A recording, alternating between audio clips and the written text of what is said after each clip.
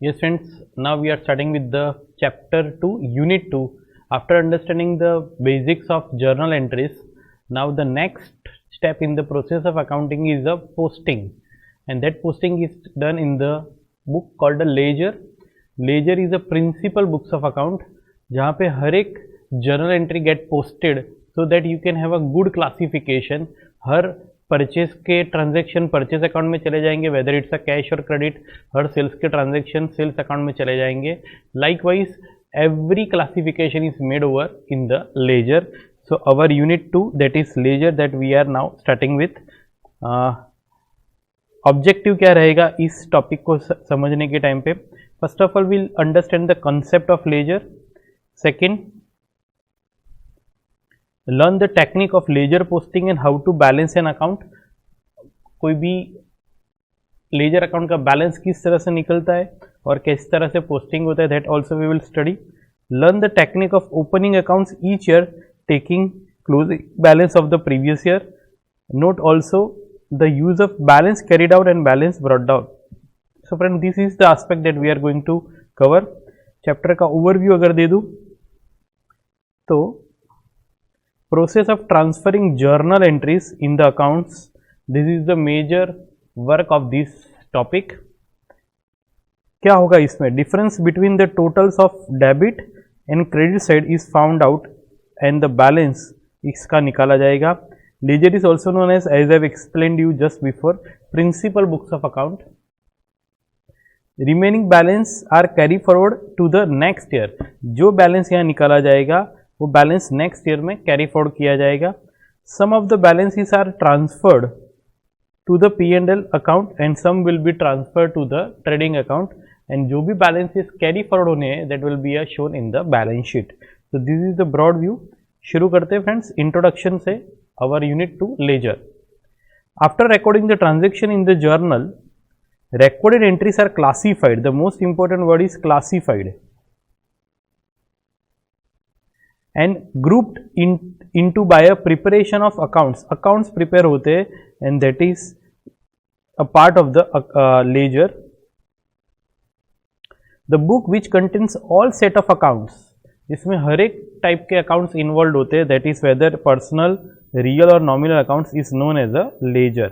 It is known as a principal books of account. याद रखे, this is a famous line and that can be asked many times in the examination, either in the true and false or even the MCQs. In which account wise balance of each account is determined. जिससे account wise सभी balances निकाले जाते हैं और जिससे आपको पता चले, अगर आपको जानना है कि टोटल सेल्स कितना हुआ बिजनेस का, तो क्या वो सेल्स बुक से पता चलेगा? नहीं, वहाँ तो सिर्फ क्रेडिट सेल होगा. तो क्या वो कैश बुक से पता चलेगा? नहीं, वहाँ तो सिर्फ कैश सेल्स होगा. तो ये दोनों का मर्जिंग होता है in the sales account and from the sales account you can get the idea about the total sales incurred during the year. Meaning and significance of ledger. सबसे पहले meaning, ledger is an account book which contains all account heads which are open in the journal I or subsidy book.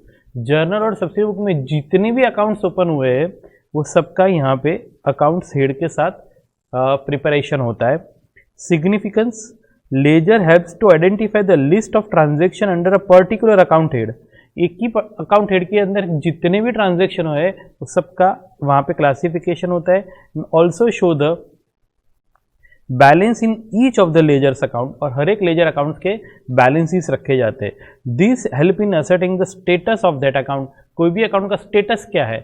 For example, कोई debtor से हमें पैसा लेना है तो इसके साथ तो पूरे साल में कितने ट्रांजेक्शन हुए होंगे, तो ये सभी ट्रांजेक्शन का बैलेंस क्या बचा, and that will be identified from the ledger. For example, cash account contains all transaction involving cash. Cash का जितना भी इन्वॉल्वमेंट होगा that all will be placed in the single account called a cash account. Hence, by looking at the cash account, we can find out the source from which the cash is received and also the reasons for use of such cash. वो cash का use क्या है वो भी हम आराम से समझ सकते कि कैश कहाँ से आया और उसका हमने यूज कहाँ कहाँ किया. It shows the cash balance in the business on a specified date. कोई एक दिन पे कितना कैश पड़ा है that can be ascertain from the ledger accounts. So friends, सभी सिमिलर नेचर के ट्रांजेक्शन का जमावड़ा that is a ledger and that can give you the broad view about a balance of a particular account. Other name for ledger, it is also known as a principal book. Debit and credit aspect of each transaction is recorded over here and constitute the basis for preparation of trial balance and final accounts. इस पे से ही trial balance बनता है. Laser के balances का एक summarise statement बना जाता है which we understand as a trial balance, और ट्रायल बैलेंस के आगे ही we can start with the final accounts by preparing trading P&L and balance sheet. So ledger plays a very important role as it is in the center of the entire accounting process. Secondary book of entry, this is also known as a secondary. तो journal को क्या कहेंगे sir? Journal is a book of original entry, this is the book of secondary entry. It is a second stage in the accounting process. Book of final entry is also the other name of the ledger. The ledger is the final destination of all transaction. सभी transaction वहाँ आके post होते हैं, तो it is also known as a book of final entry. Source of ledger, ledger कहाँ से ये सब पोस्टिंग लाता है? The entries in journal or subsidiary book from the basis of the preparation form the basis for the preparation of ledger. ledger बनाने का base आपका journal book या सब्सिडरी बुक है. If business is running on a large scale then it will be in a subsidiary book, but if the business is running on a small scale, journal book से ये सब posting लिया जाता है. Without passing an entry in the journal और subsidiary book an entry can not be appear in the ledger. कोई entry सीधा ledger में प्लेस नहीं होती है, उसको जर्नल के रूट से ही आगे बढ़ के लेजर तक पहुंचना पड़ता है. So no entry can directly jump and get posted into the ledger. Transaction in the ledger are recorded in analytical order. This is one of the important line. When I am teaching even in the classroom, हम बच्चों को पूछते हैं कि journal is recorded in which order. पूरा class को आता है that is in a chronological order. But when I raise the second question that ledger is recorded in which order, believe me friends, one person student even not manage to answer that it is in a analytical order. कैसे sir ये analytical order वो समझते हैं? जैसे अभी मैंने कहा कि रमेश हमारा डेटर है, उसके साथ कितना हमने सेल किया, सेल्स रिटर्न आया, उसने पेमेंट किया, हमने डिस्काउंट दिया, इस सब बातों को एक साथ एनालाइज करना, तो you have to go to the Ramesh account. तो रमेश अकाउंट में जैसे ही जाओगे you will get analysis of the all activities और all transaction happen with the Ramesh by the business. तो यू विल गेट एनालिसिस. आपको देखना है कि पूरे साल में कितना टेलीफोन एक्सपेंस इंकर्ड हुआ. Believe me, I am not using the word paid कितना हुआ, बट इंकर्ड कितना हो जानना हो तो you can not go to the cash book. क्यों सर? कैश बुक से पता चलेगा. कैश बुक में वही टेलीफोन एक्सपेंस होंगे जो पे हुए हैं, पर जो इंकर्ड हुए हैं वो सब पोस्ट होंगे लेजर में. That is even outstanding telephone expense और प्रीपेड का भी पोस्टिंग लेजर में आएगा. तो यू कैन हैव एनालिसिस के पूरे साल में कितना टेलीफोन एक्सपेंस इंकर्ड हुआ है. So you have to go to the ledger for analysis. तो ledger is prepared in the analytical order is a very important line and that can be even asked in the examination. Basic process क्या होती है posting की laser में वो समझते हैं. After recording the transaction in the journal, the debit and credit aspect of each of the journal entries are then transferred to the appropriate account head in the ledger. This process is known as a ledger posting or simply posting. हर एक debit और credit को respective account में हम post करते हैं. For example purchase to X, तो purchase account के debit side 2x लिखते हैं और एक्स के अकाउंट के क्रेडिट साइड बाय परचेज लिखेंगे, जो अभी हम देखेंगे. The journal entries are classified and grouped appropriately. ये जर्नल एंट्री को क्लासीफाई किया जाता है जैसे लेजर में, और उसका एक अलग ग्रुप बनाया जाता है by preparation of accounts in the ledger. Accounts बनाने से ही ये हमारा पर्पज सॉल्व होता है. The format of ledger accounts book is as under. Ledger account books contains all the ledger accounts. Be careful, आप देख सकते हो this is the format of ledger. सबसे पहले डेट आएगी यहाँ पे, फिर पर्टिकुलर्स, जर्नल फोलियो. इसका मतलब ये जो पोस्टिंग हुआ वो जर्नल के कौन से पेज पे था, amount. So this all item are on the debit side.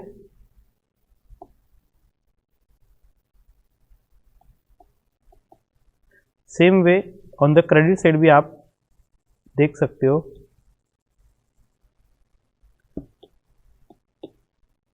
Date, particulars, journal folio again और अमाउंट. तो आपको अगर मैं एक पोस्टिंग करके दिखाऊं only for those who have not studied the same in the 11th standard, और I found many students coming from science background and they have not studied the same. For example एक लेते हैं, that is purchase. जैसे अभी मैंने समझाया था आपको, purchase account debit to X account. तो फॉर एग्जाम्पल इसको हम कंसीडर करते हैं that is a purchase account. तो आपका जो परचेज अकाउंट है, तो आपको ये चेक करना है कि वो डेबिट हुआ है. यस, तो उसका डेबिट साइड आपको पकड़ना है.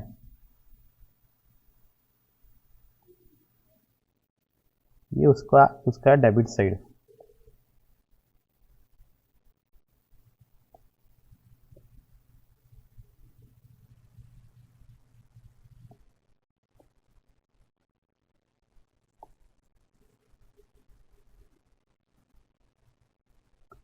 हर बार स्लिप हो जाता है, not a worry, we do it manually.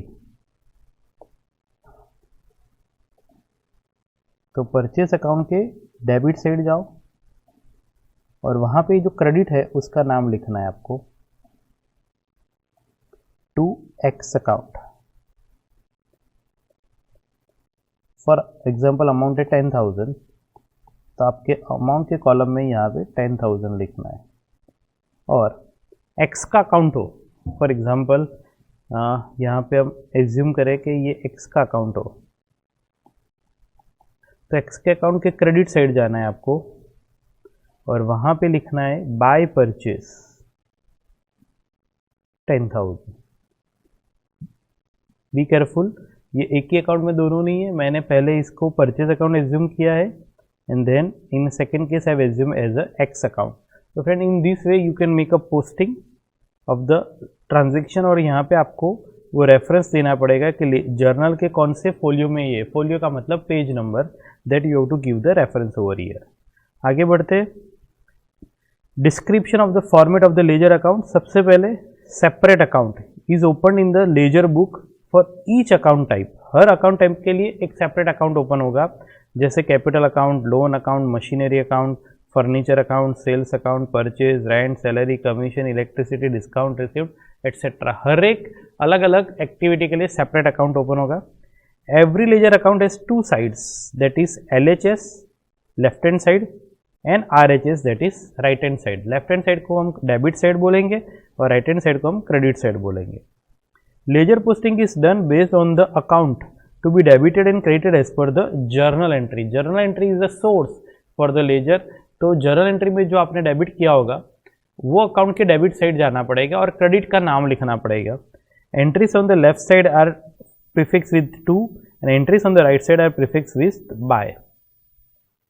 Yes, the column that is journal folio is used to indicate the page number in the journal book where the relevant journal entry is found. ये आपने posting कौन से journal entry के page से उठाया है या post किया है उसका रेफरेंस देना पड़ेगा. This is use to track and trace the entry in the journal book, जिससे आप जर्नल बुक में वो रेफरेंस को कैच कर पाओ. Opening balance will be on return on the left side for debit balance account and it will be written on the credit side, on the right side rather, for the credit balance account. The ledger account are broadly classified into A assets, B liabilities, C incomes and D expenses. अगर हम accounting equation approach से जाए तो ये चार में ही पूरे सभी लेजर अकाउंट्स इन्वॉल्व हो जाएंगे. Okay, posting of journal entry to the ledger guidelines. सबसे पहला स्टेप आपको ये स्टेप फॉलो करने पड़ेंगे. सबसे पहले identify the accounts debited and credited in the journal entry. जैसे हमने देखा कि हमने यहाँ पे आइडेंटिफाई किए अकाउंट्स के, एक तो परचेज अकाउंट है और दूसरा एक्स अकाउंट है. तो सबसे पहले आपको आइडेंटिफाई करने पड़ेंगे कि कौन कौन से अकाउंट इसके अंदर इन्वॉल्व है. आगे step 2, if account is debited in the journal entry, this implies that under a ledger account which is specifically opened for that, the account has to be written on the debit side of that ledger account to account. Which is other aspect credited in the journal entry. जैसे कि हमने अभी समझाया कि purchase debit हो रहा है तो परचेस के डेबिट साइड जाके आपको लिखना है टू एक्स अकाउंट, और उसी तरह एक्स के क्रेडिट साइड जाके आपको लिखना है by purchase account. For the other accounts which are credited in the journal entry, right on the credit side of the relevant account in the ledger by purchase account. Yes, if I write in detail, then you have to write that by purchase account. Yes, which is the aspect debited in the journal entry. Step 3, all the journal entries are periodically posted to the ledger at a regular interval। ये सब का posting होता है, that is into the ledger। Account from the journal book, ये सब journal book से post होता है, तो journal is the source for all this posting. Thus a ledger account में consist of entries on both the sides of that account. तो accounts के दोनों साइड इसका पोस्टिंग होता है। Where an account is already present in the ledger, journal entry should be updated in that ledger account itself. अगर आपने account open already किया हुआ है तो जस्ट आपको पोस्टिंग करना है। If it does not exist then fresh account to be open in the ledger account. पर हर एक accounts name of the account which are involve in journal entry, तो सबके लेजर में लेजर अकाउंट्स ओपन होंगे। So friend, this is the basics of the ledger and it is nothing new, but as it is a part of our syllabus, that's why we need to understand the same. And if you are having any misconception then we need to rectify the same. So this is the basics of the ledger. Yes friends, now we'll start with the classwork of the unit 2 chapter 2, that is ledger. Number 1, this is the multiple choice questions. The process of transferring debit and credit items from a journal to their respective accounts in the ledger is termed as a, friends, जिसको हम posting कहते हैं। Debit और credit aspect को उसके respective account में ले जाना, that is nothing but a posting of the journal entry. Second, the technique of finding the net balance of an account after considering the total of both the sides and both the debit and credit side appearing in the account is known as balancing of an account. इसका balancing करना कहते हैं, और ये balancing आप आगे जाके trial balance में जाते हैं। Journal and ledger records transaction in, जैसे अभी मैंने समझाया, journal is recorded in a chronological order date wise and ledger is recorded in the analytical order, that is option number A. Ledger book is popularly known as we have studied, it's a principal books of account, so answer is option B. At the end of the accounting year, all the nominal accounts of the ledger book are balanced। नहीं, जरूरी नहीं है वो balance ही हो। Not balanced, yes, they are not balanced, and also the balance is not transferred, this is wrong, their balance is transferred to the profit and loss account। जो भी nominal account है वो कभी बैलेंस नहीं होता। जैसे telephone expense के debit side आप लिखो टू कैश और बैंक, उसका बैलेंस आप P&L में ट्रांसफर करोगे, तो the answer is not balance and their balance is transfer to the P&L account.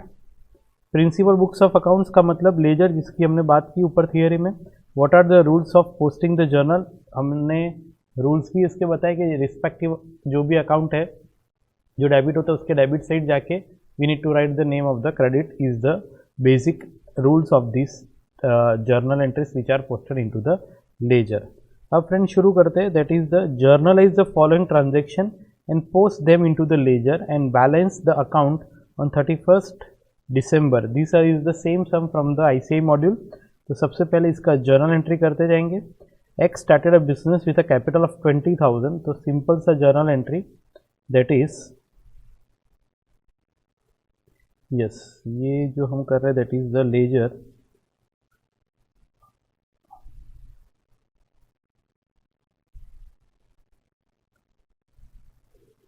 Yes, ledger के होमवर्क में we will find this type of sums. तो सबसे पहले journal entry, cash to capital 20,000, साथ साथ में इसका पोस्टिंग देखते जाए तो एक होगा कैश अकाउंट उसके डेबिट साइड और कैपिटल अकाउंट के क्रेडिट साइड। कैश के डेबिट साइड कैपिटल बढ़ाएगा और कैपिटल की क्रेडिट साइड बाय कैश बढ़ाएगा। नेक्स्ट देखें,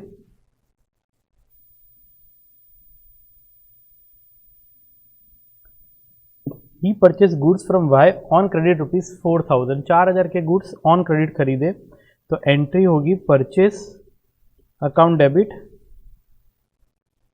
to Y's account, purchase account debit to Y's account, तो पोस्टिंग परचेज अकाउंट के debit side to Y's account और वाई अकाउंट के credit side by purchase account. आगे, he paid cash to Y ₹2,000, 2,000 cash pay किया गया, तो entry होगी Y's account debit to cash account, Y's account debit to cash account, तो इसका posting होगा वाई के अकाउंट के डेबिट साइड टू कैश और कैश की क्रेडिट साइड, अगर कैश अकाउंट को हम ऊपर था, yes, by Y's account.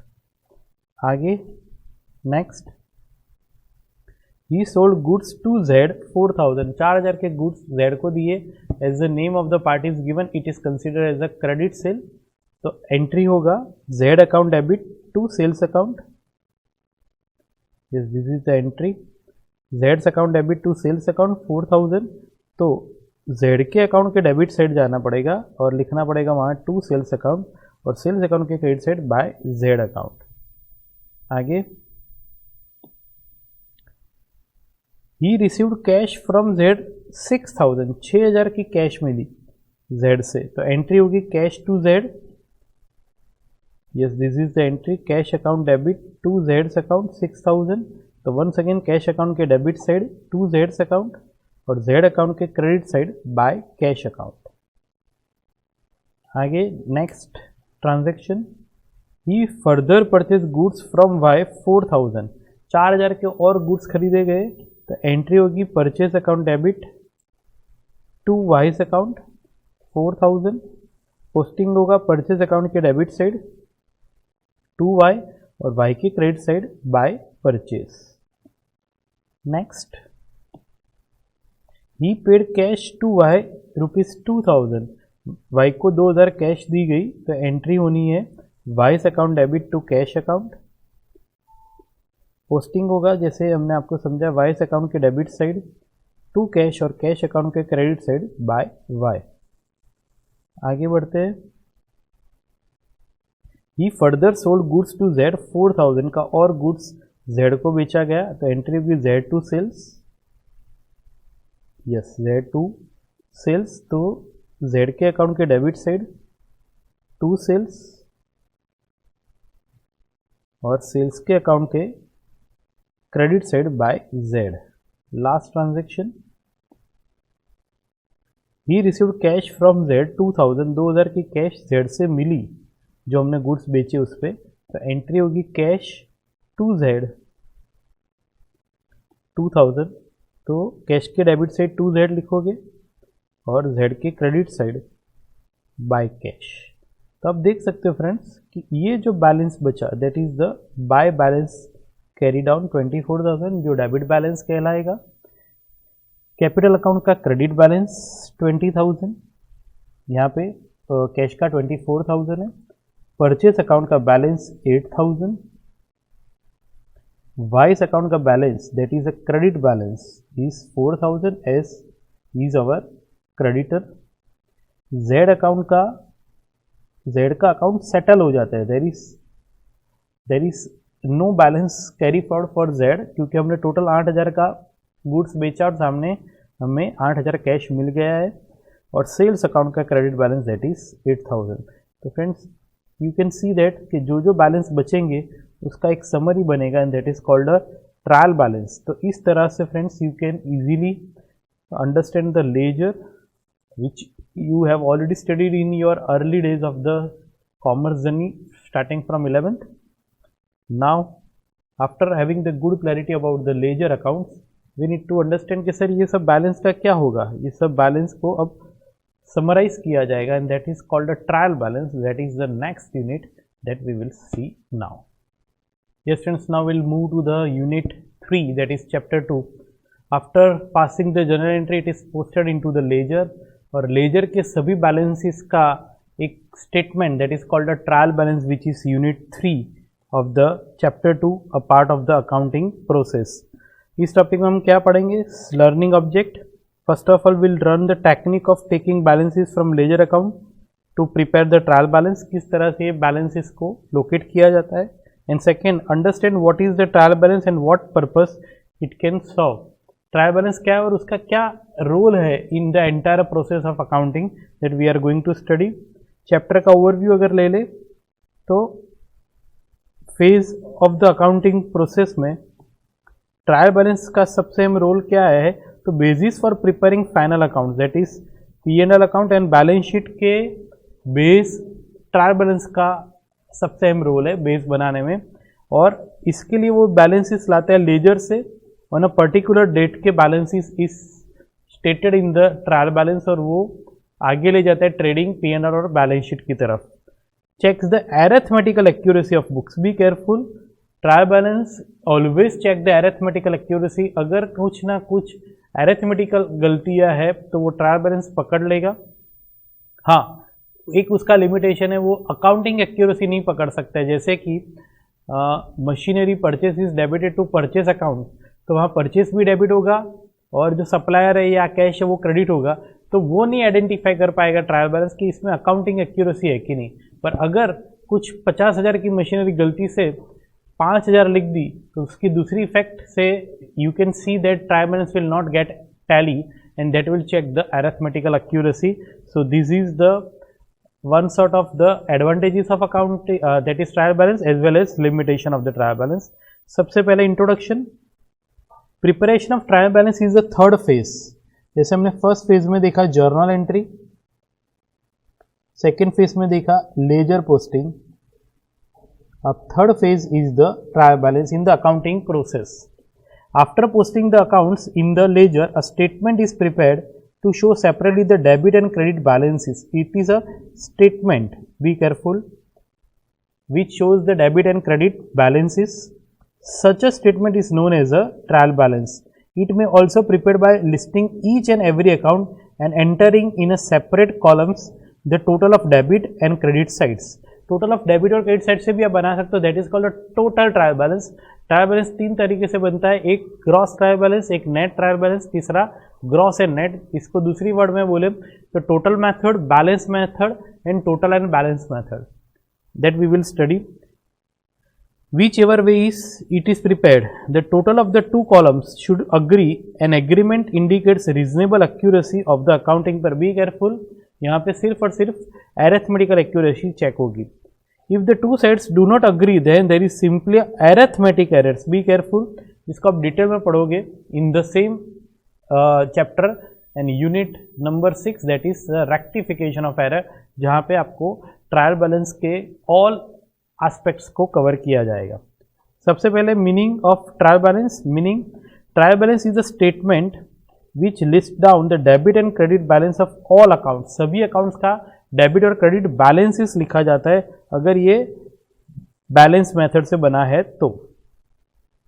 As a particular date, be careful, this is prepare at on a particular date. Once again, all statements are showing the position as on, whereas account can show the position for the period ended. Under two separate columns, the trial balance is a statement and not an account. Very important line. The totals of all debit balance and credit balance will be equal.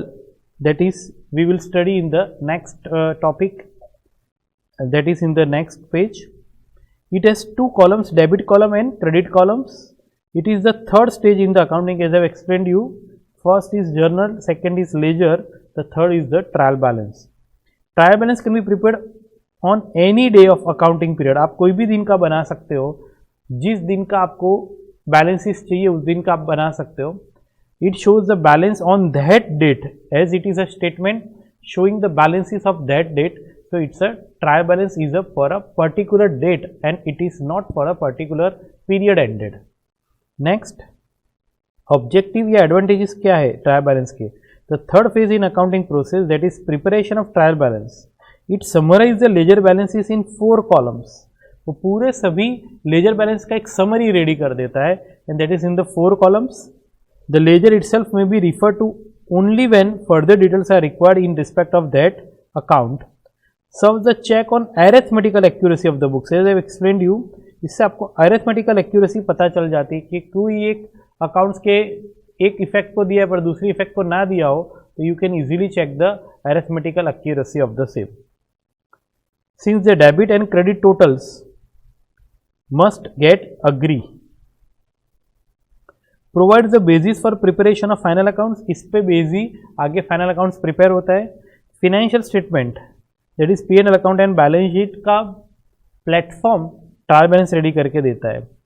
Sources of trial balance naturally ledger accounts, जैसे ledger account का source journal entry है, journal entry का source vouchers है, और vouchers are taken base for enter accounting process. Limitation है इसके, mere tallying or agreement of trial balance not conclusive proof of arithmetical accuracy.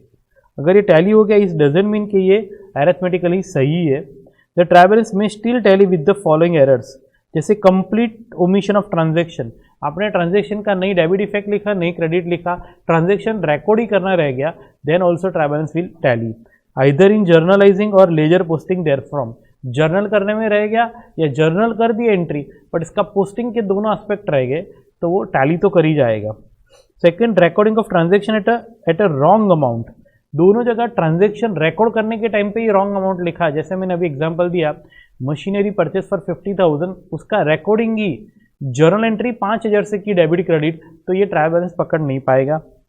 Third, debiting और crediting correctly in the ledger but in the wrong account head. Yes, जैसे हमने बोला कि debit credit सही किया है, सही अमाउंट से किया है, बट रॉन्ग अकाउंट हेड ले लिया. फॉर एग्जाम्पल, मशीनरी परचेस को 50,000 की परचेज अकाउंट में डाल दी गलती से, अमाउंट सही लिखा है पर अकाउंट का नेम गलत लिखा है, तो it will not be identified by the trial balance.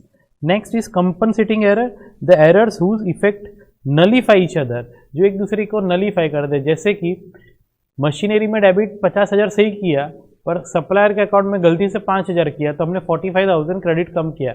वैसे कोई एक जगह है 45,000 का हमें कैश मिला, तो उसका कैश अकाउंट डेबिट करना पोस्टिंग में रह गया और सामने हमने क्रेडिट इफेक्ट दे दी, तो ये कंपनसेट कर देगी एक दूसरे को और वो भी ट्रायल बैलेंस नहीं पकड़ पाएगी. जैसे हम ये आपको समझाए, format of trial balance, method of preparation of trial balance. पहला method that is called total method. कई बार स्टूडेंट्स को ये नहीं पता होता है and this is clearly given in the module. अगर आप डेबिट और क्रेडिट के दोनों साइड के टोटल शो करते हो ट्रायल बैलेंस में, then it is called a total method. Here if you can read what is written in the trial balance, the total of debit and credit side of each ledger account is recorded in the trial balance in the respective accounts. Sir, इससे क्या फायदा होगा? फायदा ये होगा कि आप कितना वॉल्यूम है रिस्पेक्टिव अकाउंट का वो जान पाओगे. फॉर एग्जाम्पल, एक का डेबिट बैलेंस 5 करोड़ है, तो आपको पता नहीं चलेगा that is in the balance method से कि ये 5 करोड़ जो हमारा डेबिट बैलेंस है that is out of how much total turnover with the ए. पर अगर आपको पता चले कि 500 करोड़ डेबिट है और 495 क्रेडिट है, तो यू कैन सी दैट कि यस 500 करोड़ में से 5 करोड़ डेबिट बैलेंस है, तो आपको उसकी डेंसिटी, उसका डेप्थ और उसका एनालिटिकल व्यू आ सकता है. Merit time taken to balance each ledger account is saved. आपको टाइम दोनों अकाउंट्स को बैलेंस करने, दोनों साइड को बैलेंस करने का टाइम बच जाएगा. और demerit, not useful for preparation of final account. इसमें से आप फाइनल अकाउंट्स नहीं बना सकते क्योंकि फाइनल अकाउंट्स में you have to show the net balance. Second method is the balance method, that is what we usually follows in our day to day accounting, that is a balance method. इनमें क्या होता है, what is a return in trial balance, here only the balance in each ledger account is recorded in trial balance. Debit credit का जो net balance आएगा वही यहाँ show होगा. सम अकाउंट्स में have a debit balance while others have a credit balance. जो final outcome आएगा debit और क्रेडिट के टोटल के बाद का जो बैलेंसिंग फिगर होगा दैट इज लिस्टेड. किसी का डेबिट बैलेंस भी होता है, किसी का क्रेडिट बैलेंस भी होता है. Remarks, most popularly use method, ये जैसे मैंने अभी बताया कि ये कॉमनली यूज मेथड है since it helps the preparation of final accounts and that is a financial statement. तीसरा method, combination of both A and B, that is total and balance method, that is the third type. What is written in the trial balance? This is a combination of above two methods, both totals and balance are indicated in a separate column in the trial balance, तो जिससे आपको volume भी पता चलता जाए और final accounts के लिए भी वो हेल्पफुल हो जाए, तो that is called a total and balance method. This is not regularly use in the practical life. Format of trial balance, सबसे पहले नेम ऑफ द अकाउंट आएगा, यहाँ लेजर फोलियो कहाँ से ये बैलेंस उठाए उसका नंबर आएगा, डेबिट का अमाउंट आएगा या फिर क्रेडिट का अमाउंट आएगा if it is a net या बैलेंस मेथड से होगा. पर अगर टोटल मेथड से होगा तो डेबिट में डेबिट का टोटल आएगा, क्रेडिट में क्रेडिट का टोटल आएगा. आगे देखें, जैसे इन कॉलम 1 ये name of the ledger account is given, purchase sales, purchase return, sales return, telephone expense, salary, rent, office expense, सब नेम ऑफ द अकाउंट होगा. जैसे capital, machinery, sales, purchase, bank etcetera. Column 2 the page number of the ledger is given for tracking and tracing the purpose, कि यहाँ पे जो आया balance वो कहाँ से आया है, तो we can have a reference of the ledger folio so that we can find out कि ये बैलेंस को कहाँ से हमने कैरी किया है. Column 3 and 4, A the debit and credit totals of the ledger account are given if it is a total method, and B the balance of each ledger account is given if it is a balance method. Under total and balance method, additional columns are added to indicate the total and balance separately. पर अगर ये total and balance method होगा तो इसमें और 2 column बनेगी. For example ये total method से बनाया है तो balance method से भी आपको एक अलग कॉलम बनानी पड़ेगी. यहाँ पे डेबिट अमाउंट का यहाँ पे बैलेंस लिखना पड़ेगा. अगर यहाँ पे टोटल लिखा है दोनों साइड तो यहाँ पे दोनों का बैलेंस लिखना पड़ेगा. That is balance of debit और credit amount, that is balance.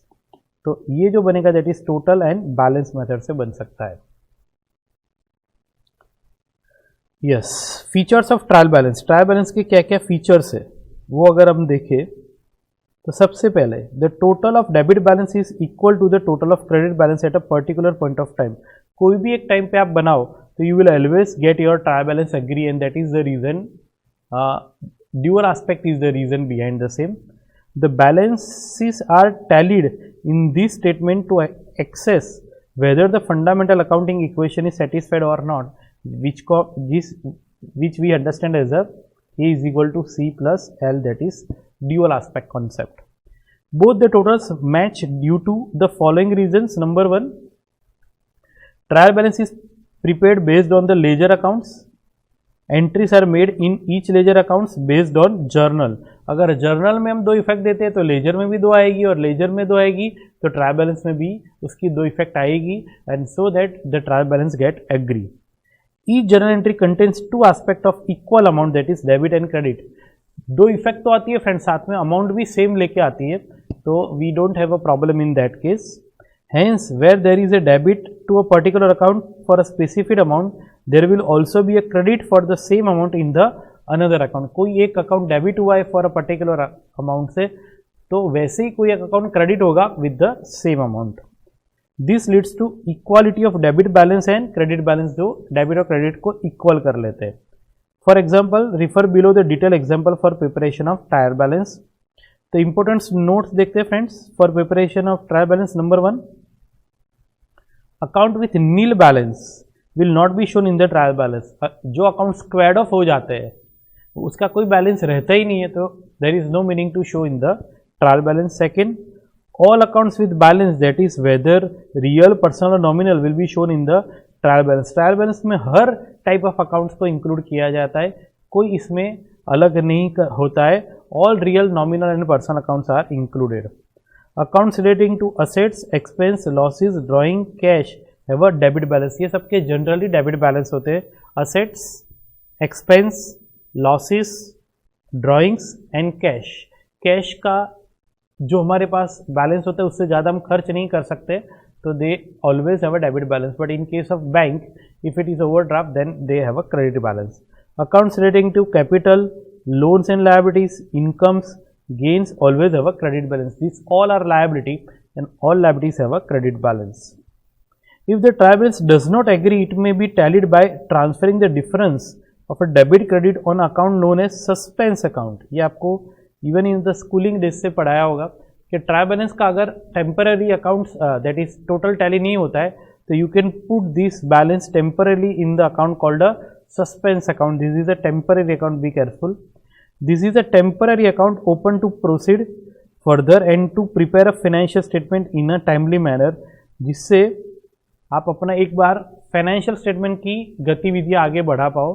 और जब ये पता चल जाए कि ये गलती क्या थी तो आप सस्पेंस अकाउंट को क्लोज करके you can carry forward the true balances in the respective account. So friend, this is the basics of the trial balance which you have studied even from standard 11th, but to understand the trial balance with a professional touch, that is 3 methods, that is total method, balance method, total and balance method, और इसके use क्या है, उसके merits क्या है, उसके demerits क्या है, and how the trial balance check the arithmetical accuracy. This is the major part of this unit.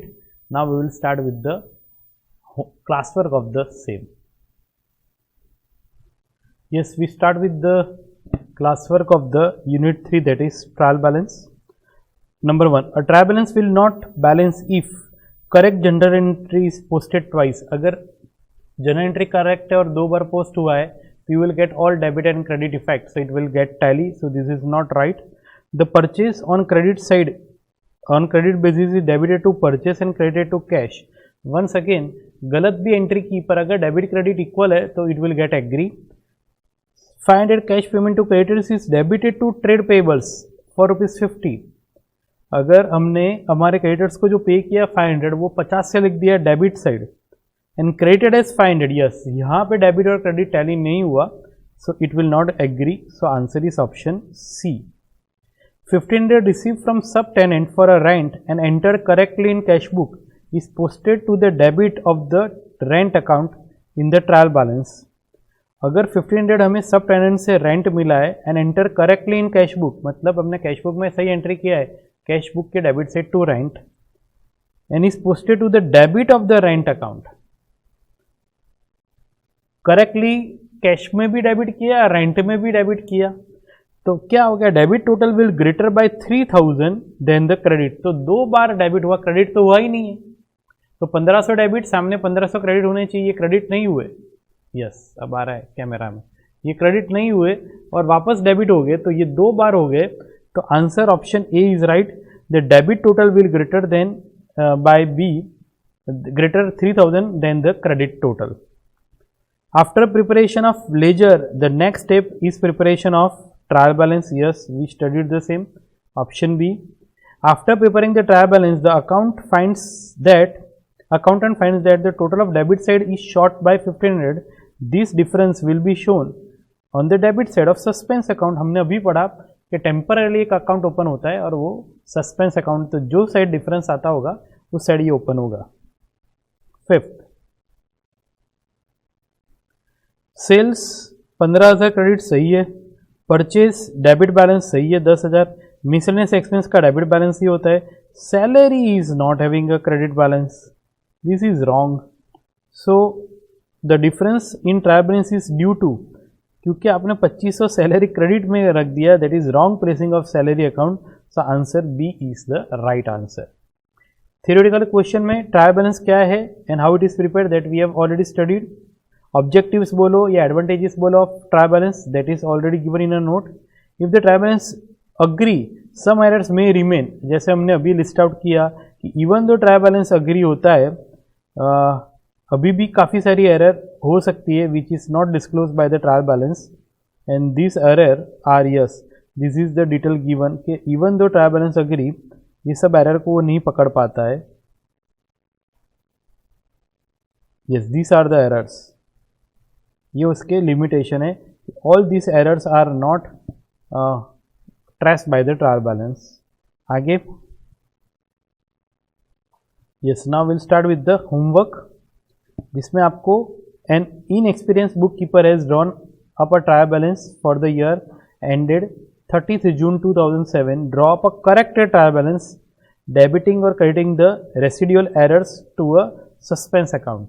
अगर इसका फर्क आता है तो we need to transfer it to the suspense account. सबसे पहले प्रोविजन फॉर डाउटफुल डेट्स 200. कभी भी कोई भी प्रोविजन का डेबिट बैलेंस नहीं होता और provision always carry with the credit balance. Bank overdraft once again is a liability, always have a credit balance. Capital always have a debit balance. Trade payables, yes, trade payables, capital always have a credit balance, sorry, so this is right.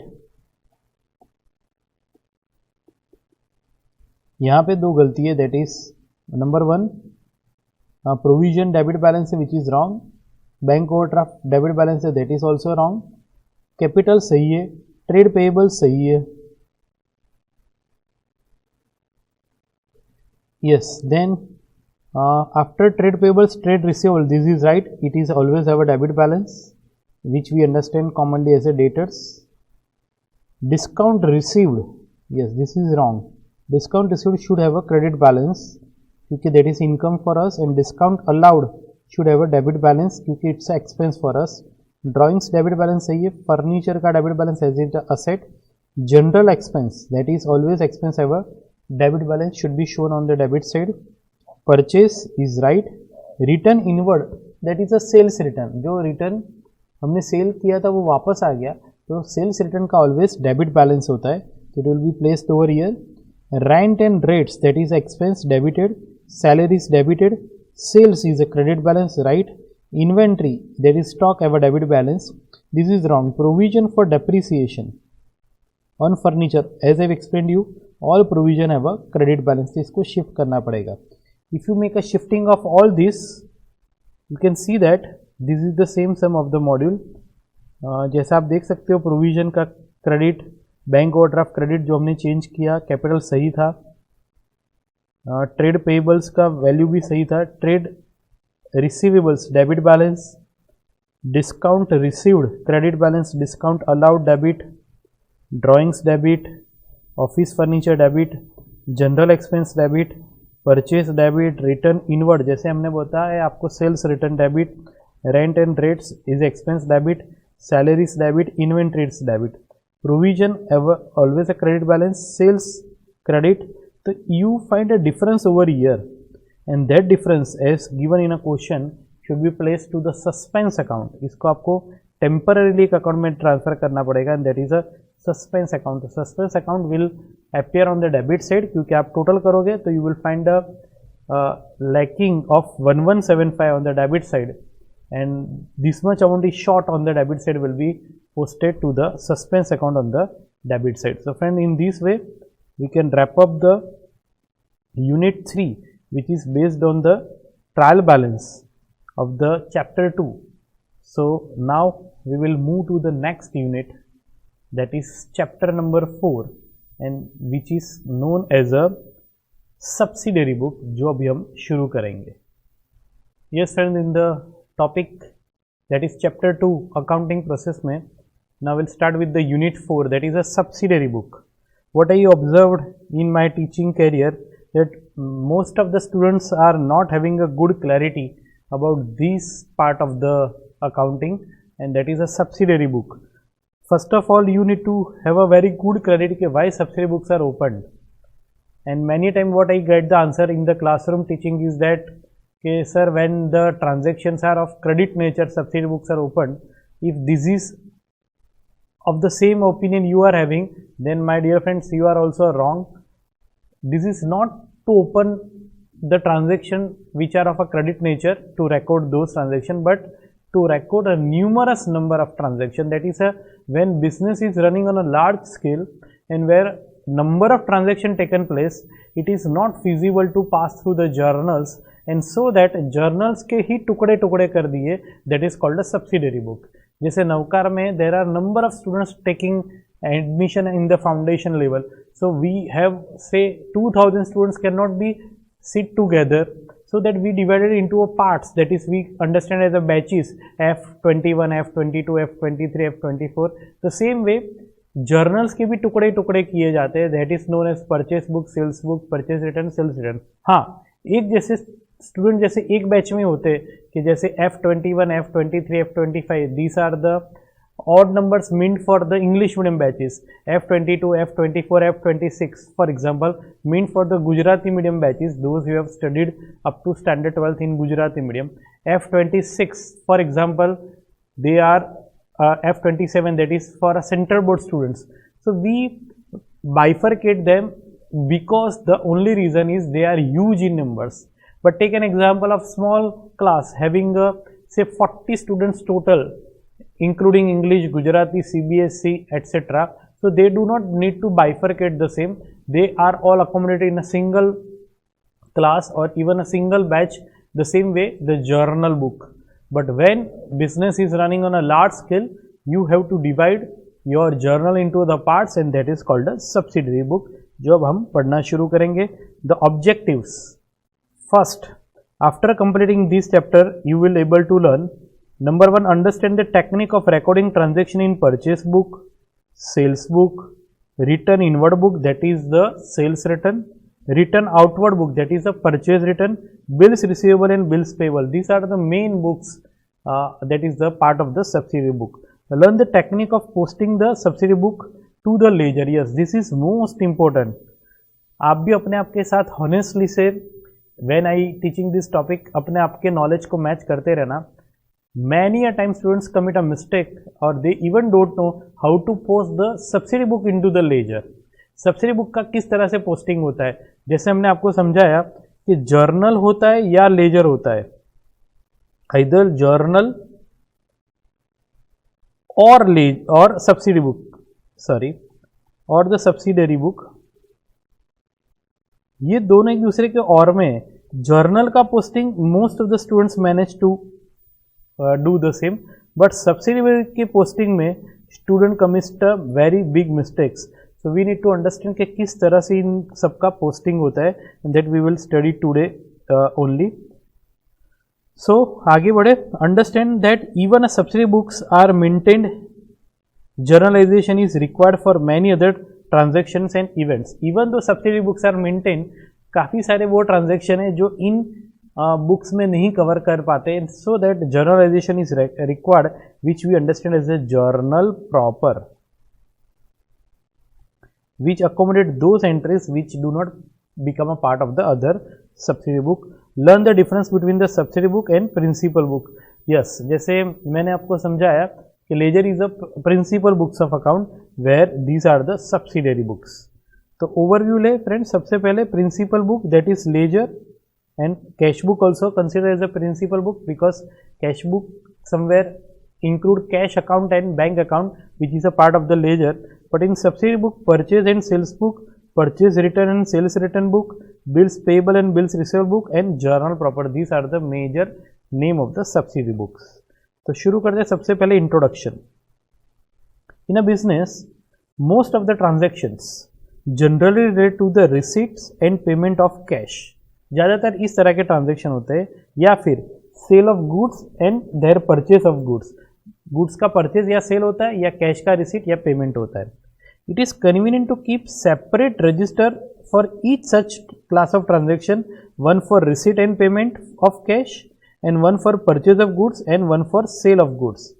A register of this type is called a book of original entry और a prime entry, जहाँ पे सबसे पहले entry की जाती है. For transaction recorded in such books there will be no journal entry. जहाँ पे जर्नल एंट्री की जरूरत ना पड़े पर ये सब यही रजिस्टर में एंटर हो जाए. The system by which transaction of a class are first recorded in the book specifically mean for it on the basis of which ledger accounts are then prepared is known as the practical system of bookkeeping और even a English system, that is bookkeeping और even in English system this is known as a practical system of bookkeeping.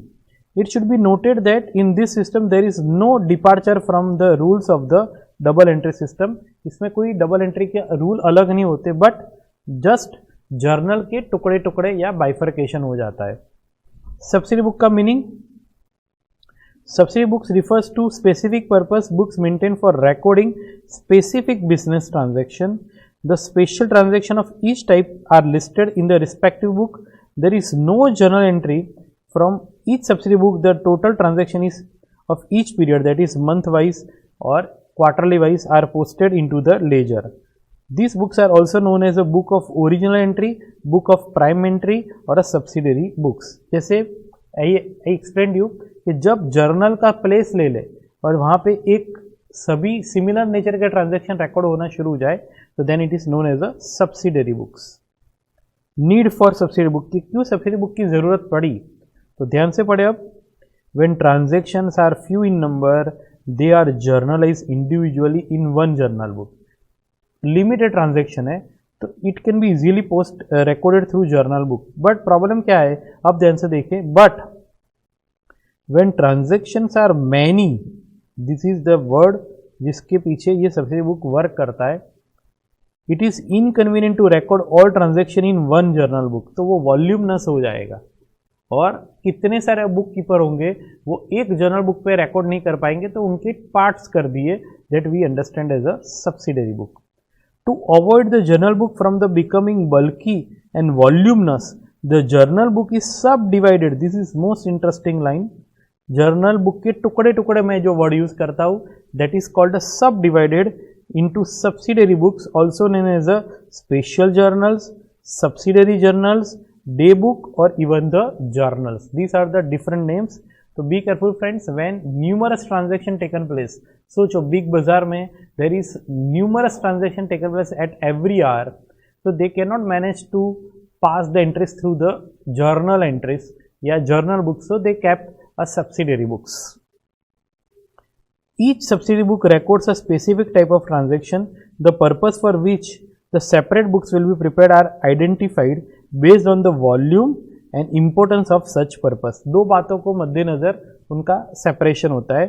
Subsidiary book और कितने उसके type है friends, you will find from A to G, 1 2 3 4 5 6 and 7, this are the major, और उसके अलावा होगा journal proper. Yes, this is 8. These are the 8 subsidiary book that you need to understand. Number 1, types of subsidiary book for recording specific type of transaction. First is purchase day book.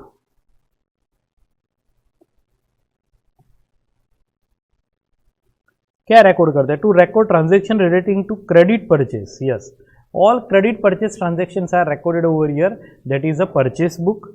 Sales day book, to record all the transaction related to credit sale. तो sir फिर cash purchase sales आएगा उसका cash book. Purchase return book, to record the transaction related to purchase return made to suppliers. Yes, जहां पे cash involve ना हुआ हो, be careful, cash is not involve, so this is the purchase return book. Same way sales return book, to record transaction relating to sales return made by the customer, that is sales return made by the customer. और वहाँ पे भी ये line cash is not involve, तो जहाँ पे credit sales हुआ हो उसका sales return will be recorded through sales return book. Cash book, this is most important, to record all cash, bank and discount transaction, whether it be related to asset, it may be related to goods, anything which is paid in form of expense, anything where cash or bank is involved. Bills receivable book, to record transaction in respect of bills receivable, or which also include promissory notes, even the hundis from debtors and other parties. Don't get surprised with the word hundis, which is the Gujarati of the bills of exchange. And next is bills payable book, that is to record the transaction in respect of bills payable. इसको भी आप same way में use कर सकते हो, but yes, bills receivable book is belongs to the debtors and bills payable book is belongs to the creditor. अब बात ये आती है कि सर ऐसा कोई ट्रांजेक्शन हो जो ये पहले के 7 बुक में नहीं आ पाया, तो उसके लिए क्या है? यस, तो उसके लिए है journal proper, to record other transaction which do not specific book is maintain. जो ऊपर कहीं नहीं आता है वो सब will enter with the journal proper. So we can put in a single line all the transaction which cannot accommodate in the above subsidiary books are recorded through journal proper. आगे, the format of journal proper is the same as journal entry. Note that journal and journal entry are different. The former refers to the book containing the entries. The latter refers to the entry consisting of debit and credit aspect. तो अब फिर से इसको अगर देखें हम, तो principal books कितनी है? Ledger and cash book. Sir cash book आपने यहाँ पे भी दिखा है, हम दोनों में इसका इंक्लूजन अभी समझाएंगे। और सब्सिडी बुक में purchase book, sales book, purchase return, sales return, cash book, 5 bills receivable, bills payable and journal proper. Okay, cash book में क्या क्या टाइप है जिसका एक अलग से यूनिट है। Number 1 simple cash book, only cash column, cash and bank book that is 2 column, cash book with discount column and cash book with bank and discount column that is 3 column and petty cash book which is a part of the cash book। अब सवाल ये होता है काफ़ी सारे बच्चों को, sir cash book को सब्सिडी बुक गिनना है या प्रिंसिपल बुक्स, तो इसका जवाब सुन लीजिए। The cash book is both principal book since debit and credit aspects are involve there in, और प्रिंसिपल बुक्स में ऑलवेज लेजर का नेचर होता है और वो डेबिट और क्रेडिट एस्पेक्ट भी इन्वॉल्व होते हैं, as well as subsidy book since all cash and bank transactions are first recorded in this. तो ये दोनों पर्पस को सॉल्व करता है। Subsidy book is a book of original entry, वो भी है कैश बुक में, ingredient, feature, characteristics, and as well as cash book में डेबिट और क्रेडिट साइड भी है, तो it is a characteristics of ledger. तो we can say that cash book is a principal book but subsidiary book और can be consider as a principal books of account. अब शुरू करते हैं फ्रेंड्स परचेस बुक और sales book के features. सबसे पहले purchase book records all credit purchases. Friends be careful, जैसे हमने पहले देखा वही बात यहाँ फिर से आ रही है, it is record all the credit purchases of goods and material. This is interesting. यहाँ पे अगर कोई बोले कि सर असेट का क्रेडिट परचेस किया गया हो तो वो रिकॉर्ड होगा, नो, असेट्स का क्रेडिट परचेस यहाँ नहीं आएगा, सिर्फ और सिर्फ गुड्स का आएगा। Same way friends sales book records all credit sale of goods and materials. Same way यहाँ पे भी असेट्स का credit sale will not recorded. Yes, क्या एक्सक्लूड होगा जो अभी मैंने समझाया, cash purchase are not recorded here in the purchase book. Cash purchase कभी रिकॉर्ड नहीं होगी, they are directly recorded in the cash book. Same way credit purchase of capital assets or items are also not covered in the purchase book. Machinery, furniture etc are not recorded, they are recorded through the journal proper। क्यों sir? Machine अगर credit में खरीदा तो ना वो purchase book में आएगा ना कैश बुक में आएगा, तो कोई भी पहले के साथ बुक में जो नहीं आता है वो सब जर्नल प्रॉपर में आता है। सेल्स बुक पहला हमने देखा दैट इज परचेस बुक, अब देखते sales book. Cash sales are not recorded, here they are directly recorded in cash book. Same with credit sales of capital assets, that is machinery, furniture are not recorded, they are recorded through journal proper। तो sir sales book क्या record करता है, that is credit sales of goods only. Yes, entry in subsidy book कैसे होती है, purchase book individual items of credit purchase are posted in this book along with the date and the amount. Individual items लिखा जाएगा, purchase जितना भी हमने किया होगा ऑन क्रेडिट तो सबके नाम लिखे जाएंगे, उनका अमाउंट लिखा जाएगा। ट्रेड डिस्काउंट इफ एनी तो वो रिड्यूस करके अमाउंट लिखा जाएगा, and only the net amount is recorded in the purchase book. Sales book individual items of credit sales are not posted, this book along with the date and the trade discount को काटने के बाद, हाँ yes, individual items of credit sales are posted, it's my mistake, individual items of credit sales are posted over here and it is after the trade discount if the net amount is recorded and the net amount is recorded over here। Purchase book का source कहाँ है, purchase invoice है, और sales book का sales invoice है। Posting कैसे होगा, this is most important, ये सबसे अहम है कि किस तरह से इसका पोस्टिंग होता है। परचेस बुक का पोस्टिंग, परचेस हम करते हैं सप्लायर से, तो उसका पोस्टिंग होगा सप्लायर्स या क्रेडिटर्स अकाउंट के credit side, the amount of credit purchase as by purchase word आएगा। This posting is on individual basis, आप रिस्पेक्टिव इंडिविजुअल क्रेडिटर्स के अकाउंट में क्रेडिट साइड बाय परचेस लिख सकते हो। Same way with the sales book, वो customer और debtor से जुड़ा हुआ है, and it will be debited for the amount of credit sales, और वहाँ लिखा जाएगा to sales account, this is posting on individual basis.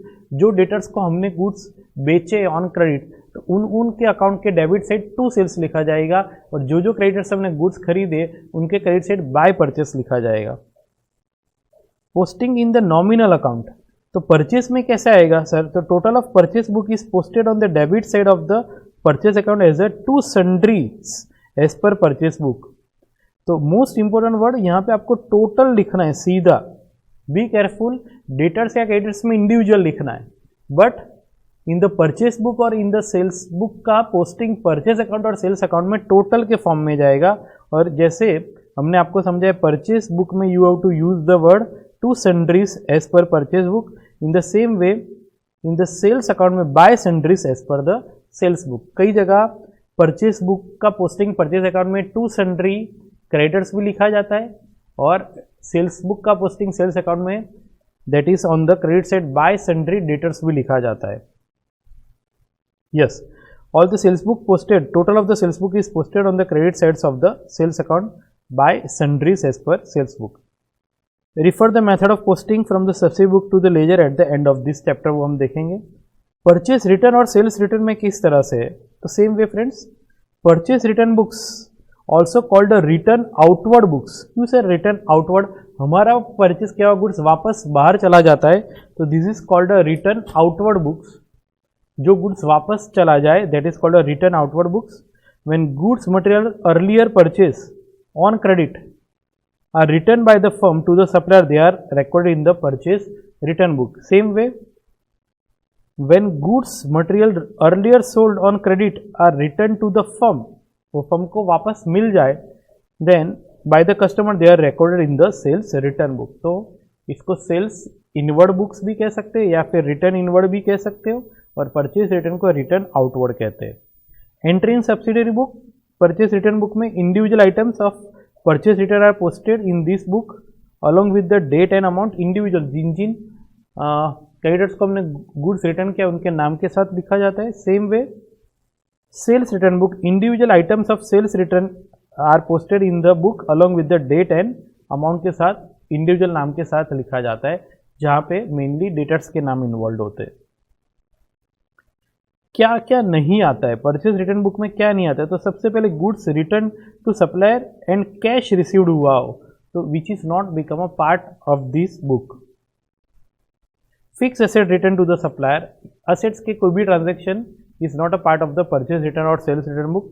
And goods earlier purchase for cash, cash में अगर गुड्स खरीदा और वो अगर हमने रिटर्न किया will not become the part of the purchase return book. Same way sales return book में goods receive from the buyer and cash paid, जो सेल्स रिटर्न किया वो गुड्स वापस मिला और हमने कैश दे दिया है, तो it will be not entered in the sales return book. Fix asset का भी अगर सेल्स रिटर्न आया हो तो वो भी रिकॉर्ड नहीं होगा। और goods earlier sold for cash will not become the part of the sales return book. Source, purchase return book debit note, याद रखो ये, और sales return book credit note. इसको अगर मैं समझाऊं तो परचेस रिटर्न फॉर एग्जांपल हमने गुड्स परचेस किया एक्स से, तो एंट्री होगी purchase account debit to X account. जब हम रिटर्न करेंगे तो एक्स का अकाउंट हम डेबिट करते हैं टू परचेस रिटर्न, तो आप देख सकते हो कि एक्स का अकाउंट डेबिट हुआ तो we will issue debit note, और उसके लिए वो सेल्स रिटर्न होगा, that why he will issue the credit note, वो हमें क्रेडिट नोट इश्यू करेगा क्योंकि उसकी बुक में this is recorded as a sales return. So be careful, purchase return is connected with debit note and sales return is connected with the credit note. Posting in the parties ledger, supplier या creditors account will be debited जब जब आप purchase return करोगे for the amount of the purchase return as to purchase return account. This posting is on a individual basis पे करना है। B careful, purchase return book का total purchase return account में जाएगा बट पार्टीज के account में individual जाएगा। Same way sales return book, customers और debtors account will be credited for the amount of sales return by sales return account. This posting is once again individual basis, कहाँ individual करना है और कहाँ total करना है ये देखना पड़ेगा। अब देखोगे तो आपको टोटल वर्ड मिलेगा। अगर अब हम बात करें कि total of in the nominal account, तो परचेस रिटर्न बुक का total, once again I would like to highlight, जो यहाँ पे इंडिविजुअल था वो यहाँ पे टोटल के फॉर्म में। Total of the purchase return book is posted on the credit side of purchase return account and the words are by sundries as per purchase return book. पर be careful, here the totals are recorded. Same way with the sales return book, total Total of sales return book is posted on the debit side of sales return account. 2 centuries and as per the sales return book. तो यहाँ पे दोनों जगह total use होगा और purchase return और sales return के case में डेटर्स या क्रेडिटर्स के अकाउंट में इंडिविजुअली पोस्ट होगा. Format purchase return book format is the same as purchase book except debit note will appear instead of invoice. Form में अगर आप परफॉर्मा देखोगे तो वहाँ पे इनवॉइस की जगह डेबिट नोट होगा और यहाँ पे इनवॉइस की जगह क्रेडिट नोट वर्ड यूज होगा. कई बार students are confuse about the trade discount and cash discount. That now we are going to understand कि what is the trade discount and cash discount. तो सबसे पहले trade discount refers to reduction in price offered by the seller for higher quantity of purchase. As per the tradition, as per the custom, जो trade में discount दिया जाता है that is mainly because of higher quantity. It is allowed as a deduction from the list price. That is trade discount is a percentage discount on the list price बोलो या फिर invoice price बोलो. The price after deducting the trade discount is called the invoice price. Yes, list price में से discount को निकाल के जो अमाउंट आता है that is called invoice price. I'm sorry. This is the list price और उसमें से ट्रेड डिस्काउंट निकाल के you will get a invoice price. Trade discount is not recorded in accounts book. Directly invoice price is itself recorded in the accounts book. कभी trade discount का कहीं जिक्र नहीं होता है, वो नेट अमाउंट ही सीधा आप इनवॉइस प्राइस से रिकॉर्ड कर सकते हो, अगर करना चाहिए. Cash discount refers to reduction in amount due offered by the seller if the payment is received before due date. To make the prompt payment, कई बार suppliers offer the cash discount. अगर आप जल्दी ये पेमेंट कर देते हो within this much time या स्टिपुलेटेड टाइम, तो you will get more. That is a cash discount which is the incentive to make the early payment. If sometimes technically referred as second 10 to net 30, this implies 2% cash discount is allowed if payment is made within 10 days. That is 2 by 10. तो 2% discount होगा. Otherwise payment has to be made within 30 days. ये एक language है जहाँ पे आपको पता चलेगा कि if you make the payment within 10 days तो you will get a 2% discount. Otherwise you have to make within the 30 days. Cash discount is recorded in accounts book. That is, it is an expense for a seller and income for the buyer. It is recorded in the books under the head discount allowed for suppliers and discount received for buyer. ये discount allowed है supplier के लिए और यही discount income होगी buyer के लिए. Cash discount is the percentage of discount amount actually paid. Be careful. कई बार स्टूडेंट मेकिंग अ मिस्टेक कि 5 लाख का गुड्स 10% डिस्काउंट से लिया 4.5 लाख, पर इसमें से आधा ही पेमेंट किया है, तो जो आधा पेमेंट हुआ दैट इज 225,000 पे ही कैश डिस्काउंट गिना जाएगा, नहीं कि टोटल अमाउंट पे. एग्जाम्पल देखें. Goods worth ₹5,000 sold by Lakshman at 10% trade discount and 1% cash discount on payment within 10 days. अगर 10 दिन में पेमेंट आता है तो Lakshman receive the payment from a debtor within 7 days. मिल गया. Calculate the amount payable. तो सबसे पहले आपका लिस्ट प्राइस 5,000 है, उसमें ट्रेड डिस्काउंट 500 जिसका कोई एंट्री नहीं होगा, तो नेट अमाउंट होगी आपकी 4,500. ये एंट्री होगी debtors account debit to sales account in the books of seller और in the books of purchaser purchase account debit to creditors account. अब अगर जब वो 7 दिन के अंदर पेमेंट कर देता है तो he is entitled to get 1% cash discount 45 rupees. तो एंट्री अब क्या होनी है कि अब जो 45 रुपीज़ आप पे कर रहे हो, 45 रुपीज़ डिस्काउंट काट के पे कर रहे हो, तो एंट्री होगी in the books of seller. Cash मिलेगा दैट इज 4455 डिस्काउंट 45 और टू कैश अकाउंट 4500 होगा. In the same way in the books of buyer creditors account debit हो जाएगा दैट इज फॉर 4500. डिस्काउंट उसको रिसीव्ड हुआ that is the buyer will be credited to 45 and जो cash उसने pay की that will be credited with 4455. So friend in this way subsidy books are maintained in both the parties, that is seller as well as buyer. During sales, Lakshman records only 4,500 as net of discount, that is trade discount, and during settlement, Lakshman records 45. Yes, per cash discount we will always record as a discount allowed, that is when the cash is received 4455, and in the books of buyer, purchase account will be recorded with 4500, that is net of trade discount, and discount received will be recorded at rupees 45 in the books of the buyer. So friend, this is the trade discount and cash discount which we need to consider while making the entry in the purchase book or sales book.